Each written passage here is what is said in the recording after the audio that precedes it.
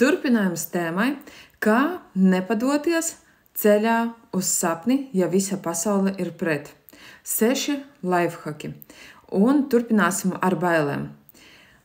Ja baidies, rīkojies. Tas nozīmē, ja tev ir bailes darīt kaut ko, sāc vienkārši darīt un šīs lietas darīt savādāk. Un šeit pielietosim praktiku tādu, kurai vajadzīgs būs papīrs, pildspalva, uzraksti visas savas bailes, pilnībā pat tādas visabsurdākās bailes. Un uzraksti visas bailes. Pēc tam ar melnu marķeri visu to pārsvītro un uzraksti. Tās ir tikai manas bailes. Un praktikas beigās vienkārši sādedzini šo lapu. Tādā veidā tu parādīsi to, ka visas šīs bailes tu izdzēs no savas dzīves. 3. Meklē motivācijas un iedvesmas avotus. Jo ja tu jūti, ka tev vienkārši pazudusi ir motivācija, noskaņa ir arī pazudusi, un lai tu varētu atkal iedvesmoties un gūt jaunu motivācijas devu, tev obligāti vajag iedvesmoties. Un kas ir pats vieglākais, no kā var smelties šo iedvesmu? Pats pirmais tātad tās ir grāmatas, kur ir aprakstītas par domu spēku, kur ir aprakstītas par to, kā ir iespējams piepildīt vēlēšanās.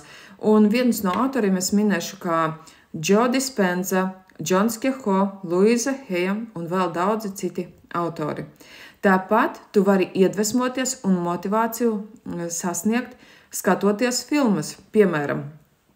Ir filmas, tātad var skatīties latviešu valodā, ja atradīsi tādas, ja, vai nu tātad angļu valodā vai krievu valodā. Tāpat pirmām kārtām pirmā vods filmai Secret, noslēpums. 2. Polianna, 3. filma Pastaiga. Un tādā veidā tu, skatoties filmas, lasot grāmatas, tu iedvesmosies. Tu vienkārši nepazaudēsies šo savu iedvesmu, to, ka šis sapnis priekš tevīm viss ir iespējams, un tas tikai prasa mazliet vairāk laika. Un ejam tālāk. 4. Rīkoties. Obligāti vajag uzņemties kaut kāda veida darbības ceļā uz savu sapni. Tas ir ļoti svarīgi. Un ja tu nevari skriet uz savu sapni, tad vienkārši ej uz savu sapni. Ja tu nevari iet, tad rāpo uz savu sapni. Ja nevari rāpot, tad vienkārši skaties virzienā uz savu sapni. Un šeit ir patiešām būtiski un svarīgi rīkoties, spērt šo soli, jo tādā veidā tu visumam parādi savu patieso nolūku, ka tu gribi paņemt no dzīves to, kas pieder tev pa lielam. Un, protams, es aicinu uz savu kursu Laimīgas attiecības pateicoties domu spēka praktikām. Šeit tu sapratīsi, kā ir iespējams piepildīt savus sapņus, sapratīsi, kā uzlabot attiecības, saglabāt attiecības, atjaunot attiecības. Tur būs pastāstīti visi noslēpumi. Jo rīkošanās tā ir spēršana soli uz priekšu, jo visur tātad šeit skan darbības vārds rīkoties, darīt, iet, skriet, rāpot un skatīties. Viss tas ir darbības vārdā, un tāpēc arī vajag kaut vai izdari mazākos soļus, kaut vai tādus visnebūtiskākos soļus pretī savam sapnim. Jo vēl minēšu piemēru par to, ka cilvēks grib vinēt loterijā tātad naudas summu, bet viņš nereizi nav nopircis biļeti. Tāpēc arī šeit vajag pašam radīt apstākļus, tur, kur tava vēlme īstenosies. 5. solis. Pateicība. Vienmēr esi pateicīga par visu, kas tev ir. Esi pateicīga par katru sīkumu, jo tad, kad tu patiesi priecājies no sirds, tev atveras pārpilnība. Pat visnegatīvākajā situācijā esi pateicīga, jo noteikti tajā tu gūsi kaut kāda sava veida labumu.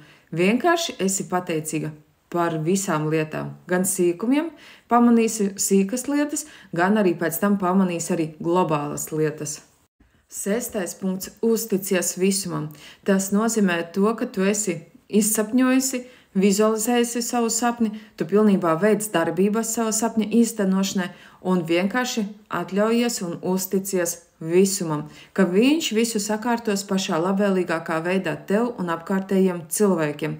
Ja es saprotu, ir grūti tām reizēm nolaist rokas un nolaižas rokas un tu nevari kaut ko tur sākt darīt, tas nekas. Vienkārši ej uz savu mērķi, rīkojies un vienkārši esi uzticīga visumam, ka viņš visu izdarīs tavā labvēlīgākā veidā, īstenos tavus sapņus. Un šeit pats svarīgākais - atskatīties atpakaļ, cik daudz tu esi jau izdarījusi savu sapņa īstenošanai.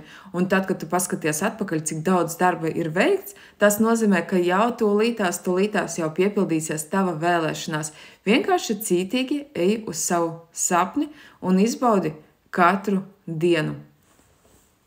Pievienojos kursā Laimīgas attiecības, pateicoties Domu spēka praktikām, un tur es tev došu visu informāciju, lai tu būtu laimīga savās attiecībās un piepildītu visus savus sapņus. Tāpēc vienmēr atceries, pēc ziemas atnāk vasara, pēc nakts atnāk diena. Tāpēc viss ir iespējams, atvērsies visuma pārpilnībai, bezgalībai, tev viss izdosies, tev viss sanāks. Pievienojies!